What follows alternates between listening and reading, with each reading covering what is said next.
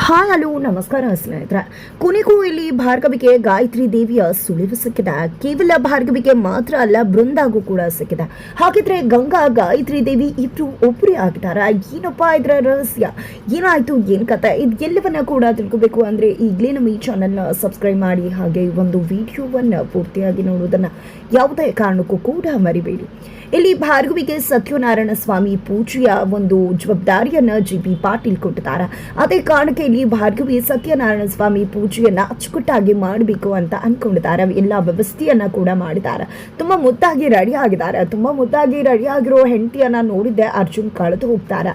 ಜೊತೆಗೆ ಗಂಡ ಹೆಂಡತಿ ಆಗಿದ್ದೀವಿ, ಆದರೂ ಕೂಡ ಈ ಅಂತರ, ಜೊತೆಗೆ ಪ್ರೀತಿ ಮಾಡಿ ಮದುವೆ ಆಗಿದ್ದೀವಿ, ಆದರೂ ಕೂಡ ಭಗವಂತ ದಿನೇ ದಿನೇ ನಿಮ್ಮ ಪ್ರೀತಿಯಲ್ಲಿ ಬೀಳಿಸ್ತಾನೆ ಇದ್ದಾನೆ ಅಂತ ಹೇಳಿ ತುಂಬ ರೊಮ್ಯಾಂಟಿಕ್ ಆಗಿ ಇಲ್ಲಿ ಭಾರ್ಗವಿ ಜೊತೆ ಮಾತನಾಡ್ತಿದ್ದಾರೆ. ಅರ್ಜುನ್ ಜೊತೆಗೆ ತನ್ನ ಪ್ರೀತಿಯ ಹೆಂಡತಿಗೋಸ್ಕರ ಚಿನ್ನದ ಬಳೆಗಳನ್ನ ಕೂಡ ತೆಗೆದುಕೊಂಡು ಬಂದು ಆಕೆಗೆ ಗಿಫ್ಟನ್ನ ಕೂಡ ಮಾಡಿದ್ದಾರೆ. ಇದನ್ನ ನೋಡಿದ್ರೆ ಭಾರ್ಗವಿಗೆ ಖುಷಿ ಆಗತ್ತೆ. ಈ ಗಿಫ್ಟ್ಗೆ ನನಗೇನು ಕೊಡುವುದಿಲ್ವ ಅಂತ ಹೇಳಿ ತನ್ನ ಪ್ರೀತಿಯ ಹೆಂಡತಿಯಿಂದ ಮುತ್ತನ್ನ ನಿರೀಕ್ಷೆ ಮಾಡ್ತಿದ್ದಾರೆ ಅರ್ಜುನ. ಆದರೆ ಇಲ್ಲಿ ಭಾರ್ಗವಿ ಹಾಗೆ ಇಲ್ಲಿ ಅರ್ಜುನ್ಗೆ ಚೊಳ್ಳೆ ಹಣ್ಣನ್ನ ತಿನ್ನಿಸಿ ಅಲ್ಲಿಂದ ಹೊರಟ್ಬಿಡ್ತಾರೆ. ನಂತರ ಇಲ್ಲಿ ನಿರ್ಮಲಾ ಮತ್ತೆ ಸಾಕ್ಷಿ ಇಬ್ರು ಕೂಡ ರೆಡಿಯಾಗಿ ಪೂಜೆಗೆ ಬರ್ತಿದ್ದಾರೆ. ಸಾಕ್ಷಿ ಅವರು ಏನಕ್ಕಾಯ್ತು, ನೀವು ಯಾಕೆ ಭಾರ್ಗವಿಗೆ ಪೂಜೆ ಜವಾಬ್ದಾರಿಯನ್ನ ಕೊಡ್ರಿ ಅಂತ ಕೇಳಿದಾಗ ಅವಳು ಪೂಜೆ ಜವಾಬ್ದಾರಿಯಲ್ಲಿ ತಪ್ಪು ಮಾಡ್ತಾಳೆ ಅಂತ ಗೊತ್ತು. ಅವಳು ತಪ್ಪು ಮಾಡಬೇಕು, ಜಿ.ಪಿ. ಮುಂದೆ ಅವಳು ತಪ್ಪು ಮಾಡಿ ನಿಂತ್ಕೋಬೇಕು, ಜೆ.ಪಿ. ಕೋಪಕ್ಕೆ ಅವಳು ಕಾರಣ ಆಗಬೇಕು. ಅದೇ ಕಾರಣಕ್ಕೋಸ್ಕರನೇ ನಾನು ಈ ರೀತಿಯಾಗಿ ಮಾಡಿದ್ದು ಅಂತ ಕೂಡ ನಿರ್ಮಲ್ ಅವರು ಹೇಳ್ತಾರೆ. ಖಂಡಿತವಾಗ್ಲೂ ತಪ್ಪು ಮಾಡ್ತಾಳ ಅಂತ ಸಾಕ್ಷಿ ಅವ್ರು ಕೇಳೋದಕ್ಕೆ, ತಪ್ಪು ಮಾಡ್ತಾ ಇರ್ತಾಳ, ಖಂಡಿತ ತಪ್ಪು ಮಾಡೇ ಮಾಡ್ತಾಳೆ ಅಂತ ಅನ್ಕೊಂಡು ಬರ್ತಾರೆ. ಬಟ್ ಪೂಜಾ ವ್ಯವಸ್ಥೆಯನ್ನ ನೋಡಿದ್ದೆ, ಅಲಂಕಾರನ ನೋಡಿದ್ದೆ ಇಬ್ರು ಕೂಡ ಬೆಚ್ಚಿ ಬೀಳ್ತಿದ್ದಾರೆ. ಏನಕ್ಕ ಇದು, ತಪ್ಪು ಮಾಡ್ತಾಳೆ ಅನ್ಕೊಂಡು ಇಷ್ಟು ಚೆನ್ನಾಗಿ ಅಲಂಕಾರ ಮಾಡಿದಾಳಲ್ಲ, ಇವಳಿಗೆ ಇಷ್ಟು ಚೆನ್ನಾಗೆಲ್ಲ ಮಾಡಕ್ ಬರತ್ತಾ? ನಿಜಕ್ಕೂ ಇದನ್ನೆಲ್ಲ ನೋಡಿದ್ರೆ ಭಾವ ಕ್ಲೀನ್ ಬೋರ್ಡ್ ಆಗೋದಂತೂ ಖಂಡಿತ ಗ್ಯಾರಂಟಿ ಅಂತ ಹೇಳಿ ಸಾಕ್ಷಿಯವರು ನಿರ್ಮಲಾ ಹತ್ರ ಹೇಳ್ತಿರ್ತಾರೆ. ಅಷ್ಟರಲ್ಲಿ ನಿರ್ಮಲಾ ಅವ್ರು ಕೂಡ, ನಾನು ಅನ್ಕೊಂಡಿರಲಿಲ್ಲ ಇವಳು ಇಷ್ಟು ಅಚ್ಚುಕಟ್ಟಾಗಿ ಇದನ್ನೆಲ್ಲ ಮಾಡ್ತಾಳೆ ಅಂತ ಹೇಳ್ತಿರ್ತಾರೆ. ಅಷ್ಟರಲ್ಲಿ ಅರ್ಜುನ್ ಮತ್ತು ಭಾರ್ಗವಿ ಎಲ್ಲಕ್ಕೆ ಬರ್ತಾರೆ. ಭಾರ್ಗವಿ ನೋಡಿದ್ದೆ ಅತ್ತೆ ಹೇಗಿದೆ, ಎಲ್ಲ ಚೆನ್ನಾಗಿದೆಯಾ ಅಂತ ಕೇಳ್ತಿದ್ರೆ, ಏನೋ ಪರವಾಗಿಲ್ಲ, ನಾವೇನೋ ರೇಂಜ್ಗೆ ಅಂದ್ಕೊಂಡಿದ್ವಿ, ಏನೋ ಓಕೆ ಮಾಡಿಟ್ಟಿದ್ಯಾ ಅಂತ ಹೇಳಿ ಸಾಕ್ಷಿಯವರು ಹೇಳ್ತಾರೆ. ಮನಸ್ಸಲ್ಲಿ ಸೂಪರ್ ಅನಿಸಿದ್ರು ಮೇಲ್ನೋಟಕ್ಕೆ ತೋರಿಸ್ಕೋತಾ ಇಲ್ಲ. ನಂತರ ಹೇಗಿದೆ ಅಮ್ಮ, ನನ್ನ ಹೆಂಡತಿ ಚೆನ್ನಾಗಿ ಜವಾಬ್ದಾರಿ ನಿರ್ವಹಿಸಿದಾರಲ್ವಾ ಅಂತ ಅರ್ಜುನ್ ಕೇಳಿದಕ್ಕೆ, ಏನು ಅರ್ಜುನ್, ಪೂಜೆಗೆ ಅಲಂಕಾರ ಮಾಡಿಬಿಟ್ಟೆ ಜವಾಬ್ದಾರಿ ನಿರ್ವಹಿಸಿದಾಗ ತುಂಬ ಕೆಲಸ ಮಾಡಬೇಕಲ್ವಾ, ತುಂಬ ಕೆಲಸ ಮಾಡಿದಾಗಲೇ ತಾನೇ ಎಲ್ಲ ಜವಾಬ್ದಾರಿ ಕೂಡ ನಿರ್ವಹಿಸಿದಾಗ ಆಗೋದು, ಇನ್ನು ಬೇಕಾದಷ್ಟು ಕೆಲಸ ಬಾಕಿ ಇದೆಯಲ್ಲ ಅಂತ ನಿರ್ಮಲ್ ಅವರು ಹೇಳಿದ್ದಕ್ಕೆ, ಅದು ಅತ್ತೆ ಎಲ್ಲ ಕೆಲಸ ಮಾಡಿ ಮುಗಿಸಿದಾಗಿದೆ, ಪ್ರಸಾದ ಮಾಡೋದಾಗಿದೆ, ಜೊತೆಗೆ ಊಟನೂ ಕೂಡ ರೆಡಿ ಮಾಡಿದ್ದಾಗಿದೆ, ಪುರೋಹಿತರನ್ನ ಕರ್ಕೊಂಡು ಬರುವುದಕ್ಕೆ ಶ್ರೀಮಂತ ಮಾಮ ಹೋಗಿದ್ದಾರೆ, ಶ್ರೀಮಂತಪ್ಪ ಇನ್ನೇನು ಪುರೋಹಿತರನ್ನ ಕರ್ಕೊಂಡು ಬರ್ತಾರೆ, ಎಲ್ಲ ರೀತಿ ವ್ಯವಸ್ಥೆ ಆಗಿದೆ ಅತ್ತೆ ಅಂತ ಹೇಳಿ ಭಾರ್ಗವಿ ಹೇಳಿದಾಗ, ಏನಕ್ಕ ಎಲ್ಲನೂ ಕೂಡ ಅವಳು ಒಬ್ಬಳೇ ಮಾಡಿ ಮುಗಿಸ್ಬಿಡ್ಲಾ, ನಿಜಕ್ಕೂ ಕೂಡ ಇಷ್ಟೆಲ್ಲ ಇದೆಯಾ, ನನಗೆ ಇಷ್ಟೆಲ್ಲ ಇದೆ ಅಂತಾನೆ ಗೊತ್ತಿರಲಿಲ್ಲ ಅಂತ ಹೇಳಿ ಸಾಕ್ಷಿ ಅವರು ನಿರ್ಮಲ್ ಅವ್ರ ಹತ್ರ ಹೇಳಿದಾಗ, ನಿಜವಾಗ್ಲೂ ಅವಳು ಒಬ್ಬಳೇ ಮಾಡಿದ್ಲ ಇದೆಲ್ಲವನ್ನ ಕೂಡ ಅಂತ ನಿರ್ಮಲ್ ಅವ್ರು ಕೂಡ ಅನ್ಕೋತಾರೆ. ಹೌದು, ನೀನು ಯಾಕೆ ನನ್ನ ರೆಡಿಯಾಗಿ ಗ್ರ್ಯಾಂಡ್ ಸ್ಯಾರಿ ಉಟ್ಕೊಂಡು ಬಾ ಅಂತ ಹೇಳ್ದ ಅಂತ ಕೇಳ್ತಾರೆ ನಿರ್ಮಲಾ ಪಾಟೀಲ್. ಆಗ ಇಲ್ಲಿ ಭಾರ್ಗವಿ ಇನ್ನು ಸ್ವಲ್ಪ ಹೊತ್ತು ಗೊತ್ತಾಗತ್ತೆ ಅತ್ತೆ ನಿಮ್ಗೇನೆ ಅಂತ ಹೇಳ್ತಿದ್ದಾಗೇ ಇಲ್ಲಿ ಜೆ.ಪಿ. ಅವರು ಬರ್ತಾರೆ. ಜೆ.ಪಿ. ಅವರು ನೋಡಿದೆ ಅರ್ಜುನ್ ಮತ್ತು ಭಾರ್ಗವಿ ತುಂಬಾ ಖುಷಿ ಪಡ್ತಿದ್ದಾರೆ.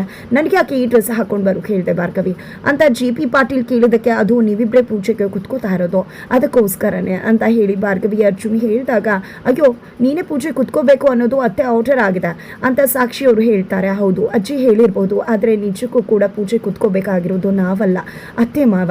ನಾನು ನಿಮ್ಮನ್ನು ಅಪ್ಪ ಅಮ್ಮ ಅಂತಾನೆ ಅಂದ್ಕೊಂಡಿದ್ದೀನಿ. ಪ್ರತಿಯೊಂದು ಸೊಸೆ ಕೂಡ ಮನೆಗೆ ಬಂದಾಗ ಅತ್ತೆ ಮಾವನ ತಂದೆ ತಾಯಿ ಅಂತಾನೆ ಪ್ರೀತಿಸ್ತಾಳೆ, ಗೌರವಿಸ್ತಾಳೆ, ಹಾಗೆ ನಾನು ಕೂಡ ಅಂತ ಭಾರ್ಗವಿ ಹೇಳಿದ್ದಕ್ಕೆ, ಅದಕ್ಕೆ ಏನು ಯಾವಾಗಲೂ ಕೂಡ ಅಕ್ಕ ಭಾವನ ವಿರುದ್ಧವಾಗಿ ಜಗಳಕ್ಕೆ ಬರೋದು ಅಂತ ಹೇಳಿ ಸಾಕ್ಷಿ ಅವರು ಮಾತನಾಡ್ತಾರೆ. ತಂದೆ ತಾಯಿಗೆ ಹೇಗೆ ಮಕ್ಕಳು ತಪ್ಪು ಮಾಡಬಾರ್ದು ಅನ್ನೋದು ಇರುತ್ತೋ, ಹಾಗೆ ಮಕ್ಕಳಿಗೂ ಕೂಡ ತಂದೆ ತಾಯಿ ತಪ್ಪು ಮಾಡಬಾರ್ದು ಅಂತ ಇರುತ್ತಲ್ವ. ನಾನು ನಿಜವಾಗ್ಲೂ ಮಾವನ ಮತ್ತು ಅತ್ತೆನ ನನ್ನ ತಂದೆ ತಾಯಿ ಥರನೇ ನೋಡ್ತೀನಿ. ನಿಜಕ್ಕೂ ದೇವ್ರನ್ನೇ ಒಂದು ನೆತ್ತಿ ಅಭಿಷೇಕ ಮಾಡಿದ್ರೆ ಕಾಲುವರೆಗೂ ಬಂದು ತಲುಪತ್ತಂತೆ. ಅದೇ ರೀತಿಯಾಗಿ ಈ ಒಂದು ಹೊಸಮನೆ ಏರಿ ಕುಳಿತುಕೋಬೇಕಾಗಿರೋದು ಅತ್ತೆ ಮಾವ. ಈ ಮನೆಯ ದೊಡ್ಡವರು, ಅವರೇ ಕುಳಿತುಕೊಂಡು ಈ ಒಂದು ಪೂಜೆಯನ್ನು ನೆರವೇರಿಸ್ಕೊಟ್ರೆ ಇಡೀ ಮನೆಗೆ ಒಳ್ಳೇದಾಗತ್ತೆ ಅಂತ ಹೇಳಿ ಭಾರ್ಗವಿ ಹೇಳಿದಾಗ, ಏನಪ್ಪ ಇವಳು ಈ ರೀತಿಯೆಲ್ಲ ಮಾತಾಡ್ತಿದ್ದಾಳೆ, ಖಂಡಿತ ಇವಳು ಹೀಗೆ ಮಾತಾಡಿದ್ರೆ ಖಂಡಿತ ಇವಳನ್ನ ಭಾವ ಅಂತೂ ಸೊಸೆ ಅಂತ ಸ್ವೀಕರಿಸ್ಬಿಟ್ಟು ತಲೆ ಮೇಲೆ ಕೂರಿಸ್ಕೊಂಡ್ಬಿಡ್ತಾರೆ. ಇವಳು ಮನೆ ಬಿಟ್ಟು ಹೋಗೋದು ಎಲ್ಲಿಂದ ಬಂತು ಅಂತ ಸಾಕ್ಷಿಯವರು ಯೋಚನೆ ಮಾಡ್ತಿದ್ದಾರೆ. ನಂತರ ಇದನ್ನು ಎಲ್ಲವನ್ನ ಕೂಡ ನೋಡಿದಂಥ ಬೃಂದಾಗೆ ಫುಲ್ ಸಿಟ್ಟಾಗ್ಬಿಡತ್ತೆ. ಏನಪ್ಪ ಇದು, ಈ ಭಾರ್ಗವಿನ ಈ ಮನೆಗೆ ಸೇರಿಸ್ಕೋಬಾರ್ದು ಅಂತ ಯಾಕೆ ಅನ್ಕೊಂಡು ಅದೇ ನಡೀತಾ ಇದೆಯಲ್ಲ, ನನ್ನ ಸ್ಥಾನವನ್ನು ಕಿತ್ಕೋತಾಳೆ ಅನ್ನೋದು ನನಗೆ ಗೊತ್ತಿತ್ತು. ಅದಕ್ಕೆ ಇವಳನ್ನು ಮನೆಯಿಂದ ಕಳಿಸೋಕೆ ಅಂತ ನೋಡಿದೆ. ಆದರೆ ಮತ್ತೆ ಮನೆಗೆ ವಾಪಸ್ಸಾಗಿ ನನ್ನ ಸ್ಥಾನವನ್ನೇ ಕಿತ್ಕೋತಿದ್ದಾಳೆ. ಹಾಗಂದು ಮಾತ್ರಕ್ಕೆ ನಾನು ನೋಡ್ಕೊಂಡು ಸುಮ್ಮನಿರ್ತೀನ? ಏನು ಎಲ್ಲರ ಹತ್ರ ಶಭಾಷ್ಗಿರಿ ತೊಗೋಬಹುದು ಅಂದ್ಕೊಂಡಿದ್ಯಾ ಭಾರ್ಗವಿ? ಯಾವುದೇ ಕಾರಣಕ್ಕೂ ಈ ಒಂದು ಕೆಲಸವನ್ನು ನೀನು ಪೂರ್ತಿ ಮಾಡೋದಕ್ಕೆ ನಾನು ಬಿಡುವುದಿಲ್ಲ ಅಂತ ಹೇಳಿ ಅನ್ಕೋತಿರ್ತಾರೆ. ಅಷ್ಟರಲ್ಲಿ ಶಕುಂತಲ ಅವ್ರು ಬರ್ತಾರೆ. ಬಂದಿದ್ದೆ, ಏನಿದು ಬೃಂದ ಇಲ್ಲಿ ಮಾತಾಡ್ಕೊಂಡು ನಿಂತಿದ್ಯಲ್ಲ, ಅಲ್ಲಿ ಎಷ್ಟು ಕೆಲಸ ಇದೆ, ಬಂದು ಸಹಾಯ ಮಾಡಬೇಕಲ್ವಾ ಅಂದಾಗ, ಅಯ್ಯೋ ನಾನು ಏನು ಮಾಡಬೇಕು, ನನ್ನ ಪಾಲಿನ ಕೆಲಸ ಮಾಡಿ ಮುಗಿಸಿದ್ದೀನಿ ಅಜ್ಜಿ ಅಂತ ಹೇಳಿ ಬೃಂದ ಹೋಗ್ತಾರೆ. ಆ ಕಡೆ ಭಾರ್ಗವಿ ಅಡುಗೆ ಮನೆಗೆ ಹೋಗ್ತಾಳೆ. ಅಡುಗೆ ಮನೆಗೆ ಹೋದಾಗ ಅಲ್ಲಿ ಎಲ್ಲ ಪ್ರಸಾದ ಕೂಡ ಕೆಳಗಡೆ ಬಿದ್ದು ಚೆಲ್ಲು ಹೋಗಿರುತ್ತೆ. ಇದನ್ನೆಲ್ಲ ನೋಡಿದ ಭಾರ್ಗವಿಗೆ ಏನಪ್ಪ ಇದು ಚೆಲ್ಲು ಹೋಗಿದೆಯಲ್ಲ, ಚೆಲ್ಲು ಹೋಗಿರೋ ಒಂದು ಪ್ರಸಾದವನ್ನು ದೇವರಿಗೆ ಕೊಡೋದು ಚೆನ್ನಾಗಿರುವುದಿಲ್ಲ. ಆಲ್ರೆಡಿ ಪುರೋಹಿತರು ಬಂದು ಪೂಜೆಯನ್ನು ಶುರು ಮಾಡಿದ್ದಾರೆ. ಈ ಒಂದು ಸಮಯದಲ್ಲಿ ನನ್ನ ಪ್ರಸಾದ ಈ ರೀತಿ ಆಗಿದೆ, ಏನು ಮಾಡಲಿ ನಾನು ಅಂತ ಅನ್ಕೋತಿದ್ದಾಳೆ. ಬಿಕಾಸ್ ಇದು ಎಲ್ಲವನ್ನ ಕೂಡ ಮಾಡಿರೋದೇ ಬೃಂದ ಬೇಕು ಅಂತಾನೆ ಇದು ಎಲ್ಲವನ್ನ ಕೂಡ ಮಾಡಿಟ್ಟಿದ್ದಾಳೆ. ಅತ್ತ ಕಡೆ ವಿಕ್ಕಿ, ರೌಡಿಗಳು ಎಲ್ಲರೂ ಕೂಡ ಸೇರಿಕೊಂಡು ಶಕ್ತಿ ಪ್ರಸಾದ್ ಜೊತೆಗೂಡಿ ಶಕ್ತಿ ಪ್ರಸಾದ್ ಹೇಳಿದಾಗೆ ಎಲ್ಲರನ್ನ ಕೂಡ ಕರ್ಕೊಂಡು ಕಾರಲ್ಲಿ ಹೋಗ್ತಿದ್ದಾರೆ. ಈ ಕಡೆ ಪೊಲೀಸ್ ಅವರು ಎಲ್ಲ ಕಾರ್ಗಳನ್ನ ಕೂಡ ಅಡ್ಡ ಹಾಕಿ ಚೆಕ್ ಮಾಡ್ತಿದ್ದಾರೆ. ವಿಕ್ಕಿ ಕಾರನ್ನು ಕೂಡ ಅಡ್ಡ ಹಾಕ್ತಾರೆ. ಡಿಕ್ಕಿಯನ್ನು ಓಪನ್ ಮಾಡಬೇಕು ಇನ್ಸ್ಪೆಕ್ಟರ್.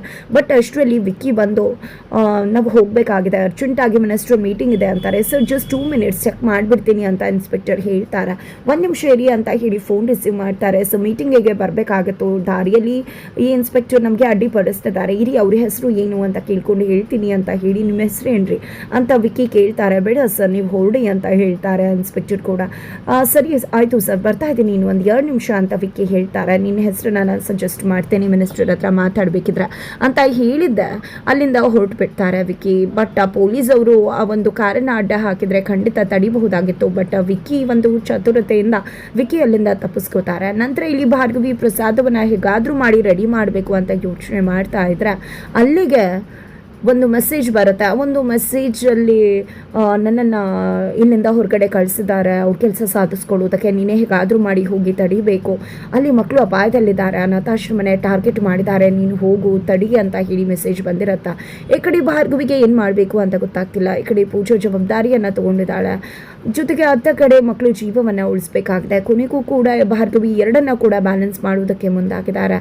ಈ ಕಡೆ ಪೂಜೆ ನಡೀತಾ ಇದೆ. ಪ್ರಸಾದ ತೊಗೊಂಡು ಬನ್ನಿ ಅಂತಾರೆ. ಬೃಂದ ಹೋಗುತ್ತೆ, ಪ್ರಸಾದನೂ ಇಲ್ಲ ಭಾರ್ಗವಿನೂ ಇಲ್ಲ ಅಂತ ಬಂದು ಹೇಳ್ತಾರೆ.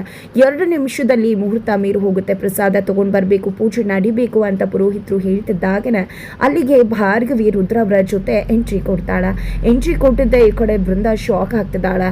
ಇದೇ ವಿಷಯ ಇಟ್ಕೊಂಡು ಅವಳನ್ನ ಮನೆಯಿಂದ ಹೊರಗಡೆ ತಳ್ಳಬೇಕು ಅಂತ ಅನ್ಕೊಂಡೆ. ಆದರೆ ನೋಡಿದ್ರೆ ಪ್ರತ್ಯಕ್ಷಣೆ ಆಗ್ಬಿಟ್ಲಲ್ಲಪ್ಪ ಅಂತ ಬೃಂದ ಅನ್ಕೋತಾರೆ. ಕೊನೆಗೂ ಪೂಜೆಯನ್ನು ಅಚ್ಚುಕಟ್ಟಾಗಿ ಮಾಡಲಾಗತ್ತೆ. ನಂತರ ಅಪ್ಪನ ಡೈರಿಯಲ್ಲಿ ಗಾಯತ್ರಿ ದೇವಿ ಬಗ್ಗೆ ಬರ್ತಿರತ್ತೆ. ಅದನ್ನು ನೋಡಿದ್ದೆ ಭಾರ್ಗವಿಗೆ ಅಚ್ಚುರಿ ಆಗತ್ತೆ.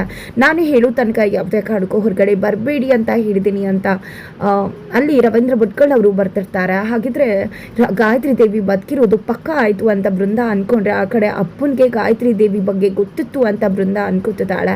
ಇಬ್ರು ಕೂಡ ಯಾವುದೋ ನಂಬರ್ಗೆ ಕರೆ ಮಾಡ್ತಿದ್ದಾರೆ. ಇದರ ನಡುವೆ ಗಂಗಾ ಅಂತ ತೋರಿಸ್ತಿದ್ದವರ ಎಂಟ್ರಿ ಕೂಡ ಆಗ್ತದೆ. ಹಾಗಿದ್ರೆ ಅದೇ ಗಂಗಾ ಗಾಯತ್ರಿ ದೇವಿ ಅನ್ನೋ ರೀತಿಯಲ್ಲಿ ಅನುಮಾನ ಹುಟ್ಟಾಕ್ಲಾಗ್ತದೆ. ಹಾಗಿದ್ರೆ ನಿಜವಾಗ್ಲೂ ಗಂಗಾ ಗಾಯತ್ರಿ ದೇವಿ ಒಬ್ರೇನಾ ಅಥವಾ ಬೇರೆನಾ?